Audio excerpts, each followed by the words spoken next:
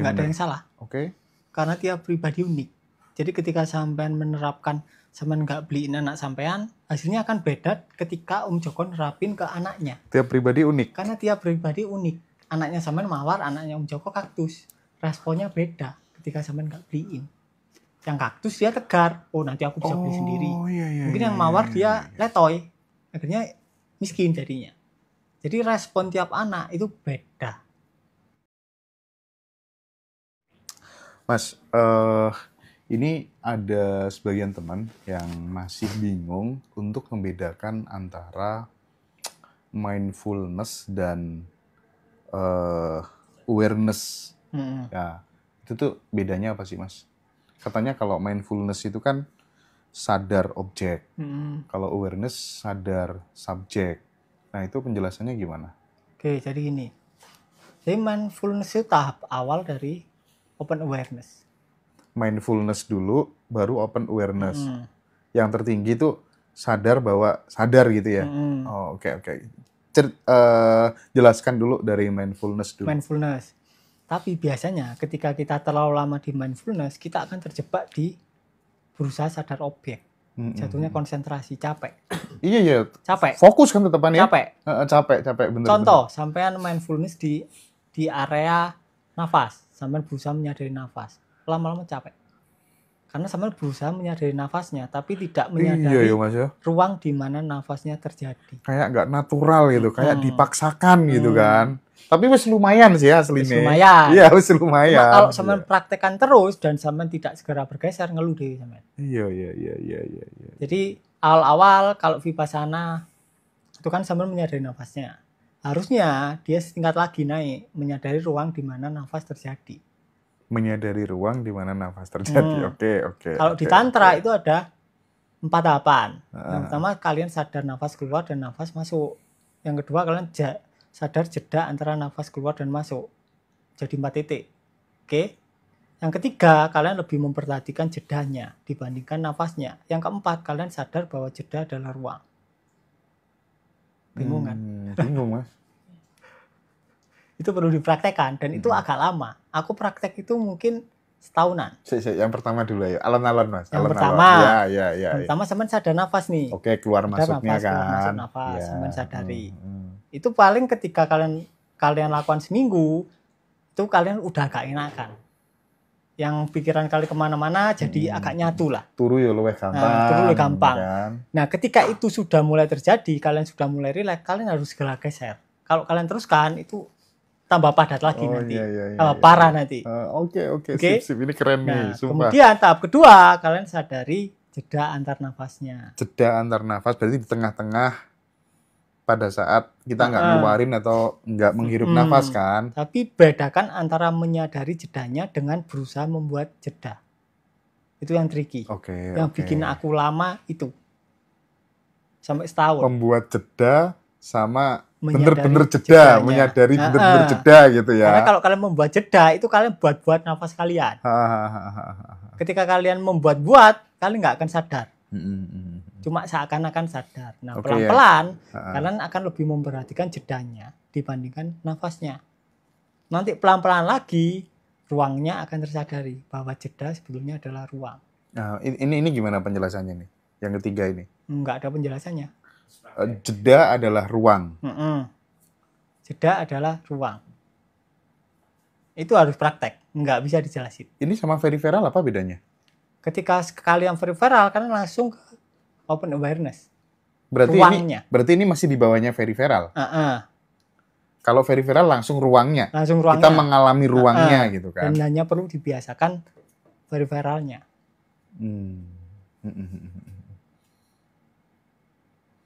Oke, tadi coba yang pertama tadi kan sadari gitu ya, mindfulness nafas kan, keluar masuk. Yang kedua kemudian jedanya, nafasnya. Jadi ada 4 titik. Masuk, jeda, keluar, jeda. Masuk, jeda, keluar, jeda. Kemudian di tahap ketiga, itu jedanya, ketika kalian di tahap kedua kalian sadar jeda, itu tanpa sadar jedanya itu jadi lama. Bisa sampai semenit. Tapi kalian tanpa usaha. Kemudian di tahap keempat, kalian baru sadar kalau jeda itu adalah ruang. Entah ada nafas atau nggak ada nafas, ruangnya tetap ada. Oke. Gampang. Jadi gampang langsung very viral aja. Iya. Iya kan? Yang gampang langsung very viral aja. Very viral eyes, very viral auditory, very viral tubuh gitu kan. Dan itu kan di letting in udah diajarin ya. Yang bingung nanti silakan privat atau ikut kelas aja. Mas Riko selalu menekankan gampang-gampang gitu ya. Gampang beneran nanti teman-teman pasti akan sampai pada satu titik semudah ini ya ternyata. Tak pikir biyen ruwibet gitu kan ya. Iya kan Mas ya? Iya. Gampang.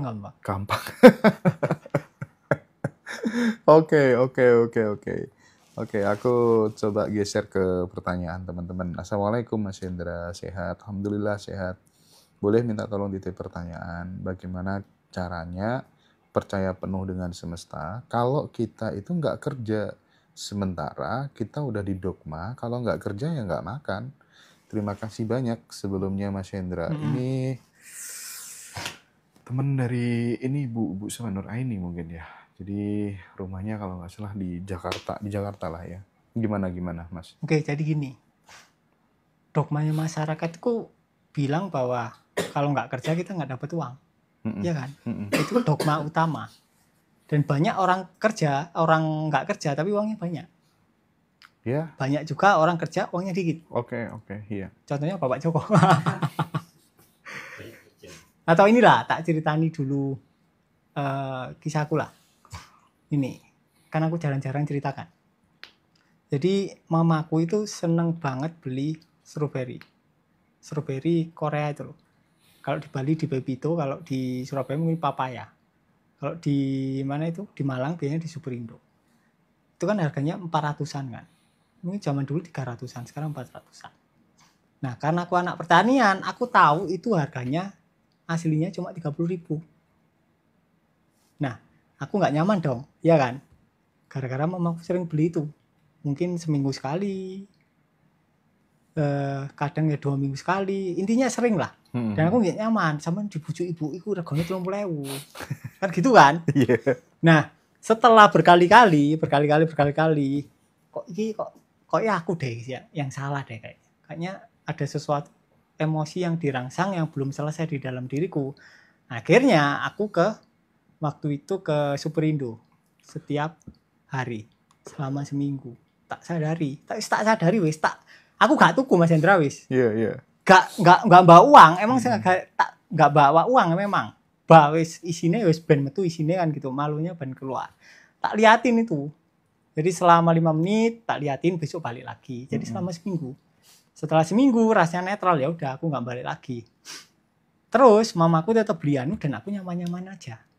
Nah, ketika nyaman-nyaman aja, nggak lama dari itu aku baru sadar kalau ada channel Bisi Tua. Yang awalnya itu udah ada pemasoknya, ada suppliernya, ada penerimanya. Jadi kalau dia butuh, dia tinggal ngomong ke aku tinggal manggil ini. Ternyata udah ada semua. Ya udah. Kan Bisi Tua banyak kan, dapatnya kan. Mungkin setahun bisa M lah. Nah, dari situ doang. Kan ya kita nggak ngira lah itulah. Iya. Atau juga ada ceritanya Gek Queen ya dari Bali. Jadi Gek Queen itu alumni kita angkatan pertama sebelum ngaji Roso ya. Sebelum ngaji Roso. Jadi dia itu sudah di grup kita sejak 2021. Jadi ceritanya gini. Dia tuh tak suruh sadari aja. Pokoknya apapun yang terjadi disadari aja. Gitu. Jadi ketika dia kan nggak kerja, suaminya juga nggak. Sadari aja gitu. Terus suatu ketika dia dipecat dari pekerjaannya. Tak suruh sadarin aja. Waktu itu kan aku liburan di Bali kan. Tahun berapa itu ya? 2022. Aku kan di Bali 4 bulanan kan. Orangnya ke aku. Mas, piye aku dipecat ya? Ya gak apa-apa dipecat tapi piye ngono kan. Terus disadari aja gitu. Disadari setelah dia sadari 3 bulan. Bagi orang 3 bulan itu kan lama kan. Tapi di ruang kesadaran itu nggak ada lama, nggak ada cepet. Okay. Kalau kalian sadar ya udah kalian tinggal Ya nikmati hidup, nggak perlu kalian tunggu-tunggu. Selang 3 bulan tiba-tiba ada orang ngontak, dia di kafe, tiba-tiba ada orang nawarin jadi manajer hotel, manajer villa ya, manajer villa. Jadi dia mengelola beberapa villa. Berarti pendamanya atau perasaannya mulai geser nih. Terus nggak lama, serang 3 bulan, dia dipecat lagi. Dipecat lagi, yang awalnya gajinya udah 20 juta, sekarang dipecat lagi. Bingung lagi dong. Oh berarti emosimu belum luntur semua, kayak ya udah diterusin aja gitu. Nah nggak lama setelah itu, selang 2 bulan, dia lagi jalan-jalan di Canggu kalau nggak salah. Tiba-tiba ada bule tanya, Mbak,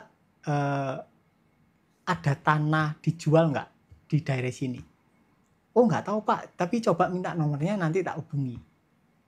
Sampai sekarang dia jadi makelar. Dan uangnya banyak. Ratusan. Dulu padahal gajinya paling cuma 3 jutaan ya. Nah itu. Kita nggak tahu. Ini yang kita nggak tahu frame-nya kemana. Udah dinikmati aja. Kalian sadari sensasinya, perasaannya kalian nikmati. Gampang hasilnya. Butuh nyali untuk kemudian melawan dogma itu. Mesisan sekalian gitu loh maksudnya. Mesisan gitu loh ya. Iya, sekalian gitu aja gitu ya. Kalau orang kondisinya 0 kan pasti berani kan? Iya, kan? Apalagi kalau minus kan, ya wis lah gitu kan. Sing maga itu kadang. Yang maga itu biasanya yang setengah-setengah itu. Tapi kalau misalnya dalam konteks relationship gitu, Mas Riko, kadang kan ketika kemudian aku melihat banyak case dari teman-temanku gitu kan, ada yang kemudian pasangannya itu dibebaskan, mau kemana gitu ya, dan dia meyakini dengan cara membebaskan itu justru kemudian pasangannya nggak bakal neko-neko gitu. Tapi kenyataannya banyak yang sebaliknya. Dengan dia membebaskan, justru pasangannya ada kesempatan untuk kemudian mendua dan lain sebagainya kayak gitu.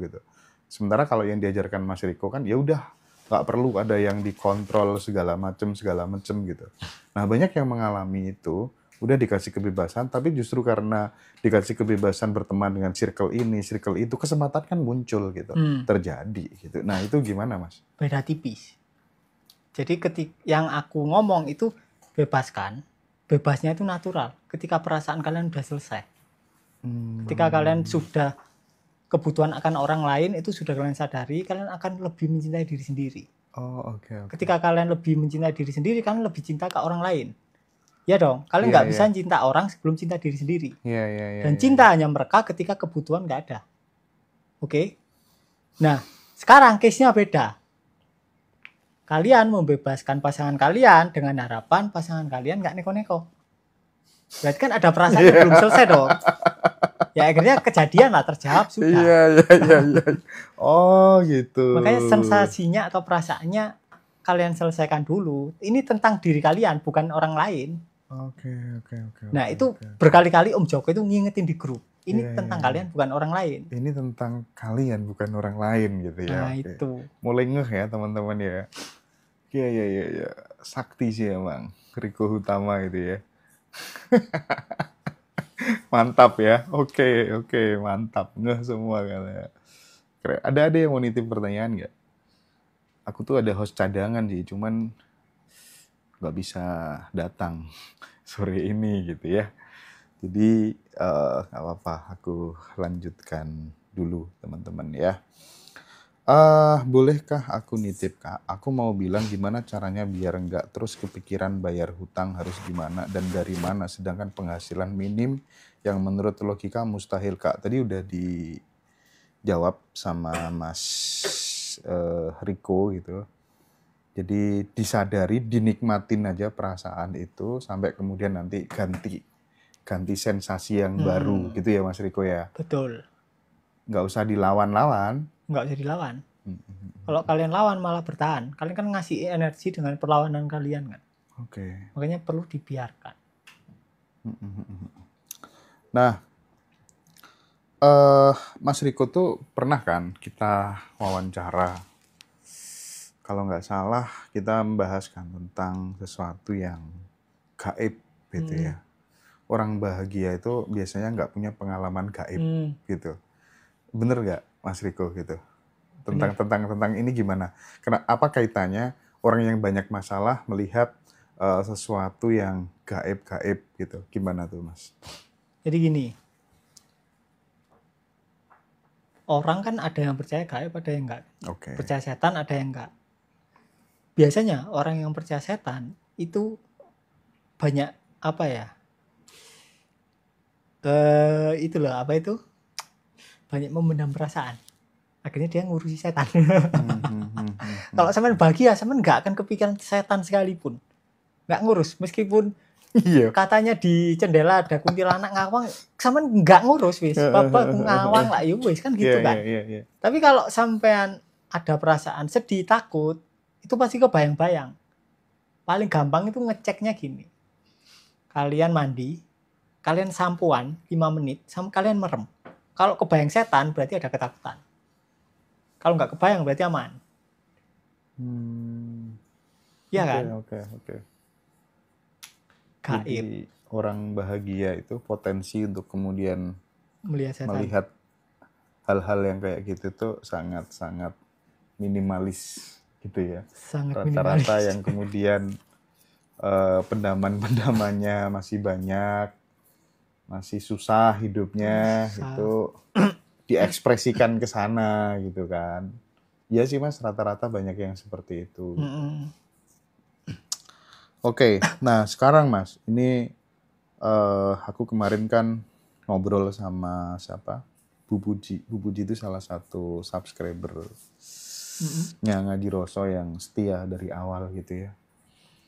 Jadi dia itu dulu punya hutang tuh sampai 680 jutaan gitu Mas. Dan dia nggak pernah ikut kelas. Sebenarnya ikut kelas itu ya perlu ya enggak gitu. Buktinya kayak Bu Puji itu cuma nonton aja, terus kemudian nerapin dalam kehidupan sehari-hari, ya bisa seperti itu gitu. Datang jauh-jauh dari Merauke ke Bali, hanya untuk nemuin Ngaji Roso. Ngucapin terima kasih aja. Semua bukunya Ngaji Roso itu dibeli, dibayar 10 juta gitu. Sisanya kasihkan ini beberapa tim gitu. Wah, teman-teman seneng kemarin ya. Nah, salah satu obrolanku yang menarik dengan beliau itu, kan banyak coach dalam pengembangan diri, trainer-trainer motivasi itu mengatakan, kalau kamu anak minta sesuatu ke kamu, nggak kamu turutin, itu sama dengan kamu memberikan sinyal, pesan kepada pikiran si anak bahwa cari uang tuh susah, dan lain sebagainya. Dan itu membentuk mindset miskin, gitu, katanya gitu. Sementara banyak orang yang ketika kemudian menikah, terus kemudian nggak berhasil dalam urusan rumah tangga, itu gara-gara terlalu dimanja sama orang tuanya waktu kecil, pengen ini, pengen itu diturutin. Nah ini kan paradok ini, yang bener yang mana gitu. Dalam perspektifnya Mas Riko, kira-kira kalau kasusnya seperti ini gimana, Mas? Nggak ada yang benar. Nggak ada yang salah. Oke. Karena tiap pribadi unik. Jadi ketika sampean menerapkan, sampean nggak beliin anak sampean, hasilnya akan beda ketika Om Joko nerapin ke anaknya. Tiap pribadi unik. Karena tiap pribadi unik. Anaknya sampean mawar, anaknya Om Joko kaktus. Responnya beda ketika sampean nggak beliin. Yang kaktus dia tegar, oh nanti aku bisa beli sendiri. Mungkin yang mawar dia letoy, akhirnya miskin jadinya. Jadi respon tiap anak itu beda. Dan memang ya sudah skenario semesta, nggak ada yang salah. Nggak ada yang salah. Kalaupun dia memang nantinya jadi mental miskin, terus miskin, yang pasti nanti dia akan nemu sendiri lah. Wah aku harus gini, pasti dia tahu sendiri nanti. Oke. Sip. Jadi apapun pilihan sikap yang diberikan oleh orang tuanya, ya nggak bisa terus kemudian hasilnya digeneralisasikan tuh nggak bisa. Karena kepribadian, karakternya anak itu beda-beda. Beda-beda. Ya gitulah. Intinya jangan terlalu serius sih, memang jalanin hidup ya Mas. Iya, main-main aja. Iya, main-main. Bersenda gurau. Iya, gitu. Main-main terus tiba-tiba punya 100 Bitcoin kan enak. Iya. Main-main kemana Mas Taib?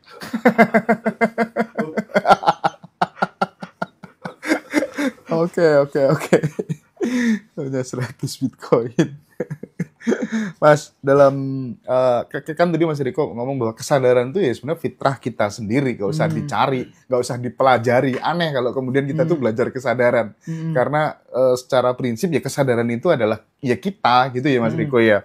Nah, tapi untuk kemudian sampai di titik itu, terkadang yang jadi penghalang justru malah guru, ya nggak Mas Riko? Betul. Makanya di tahap akhir lupakan ajarannya. Lupakan ajaran si guru itu. Iya, sebetulnya kayak aku, Om Joko, Tanah Pintu, Mas Hendra, itu adalah jualan air di tepi laut. Itu fakta. Fakta ya Mas ya? Fakta memang. Iya, iya. Tapi memang butuh itu. Emang butuh itu, karena nggak tahu kalau di depannya laut. Nah. Kita ini jualan air di tepi laut ya. Bener ya Mas Riko Jasi. Iya, iya. Real itu memang. Iya. Makanya cok goblok-goblok kan. Kamu tuh laut kok mau dijuali air gitu ya. Makanya kalau dipromoin sama Mbak Ami tuh ya jangan mau gitu ya. Asik. Oke. Apa Mas ciri-ciri yang teman-teman ada ketawa semua Mas? Apa Mas ciri-ciri yang paling bisa dilihat bahwa seseorang itu udah konsisten di stay di kesadaran? Nggak ada cirinya. Nggak ada cirinya.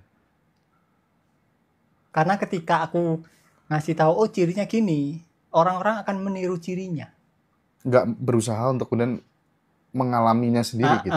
Contoh, oh orang tercerahkan itu adalah orang yang berbuat baik, gemar menabung, nggak selingkuh. Kalau niru karakternya gampang. Tapi itu kan karakter adalah hasil pembungaan dari bunga yang sempurna kan, atau pencerahan kan. Nah, yang perlu kalian pelajari adalah bagaimana proses dari benih itu, caranya gimana bisa tumbuh. Nah, kalau kalian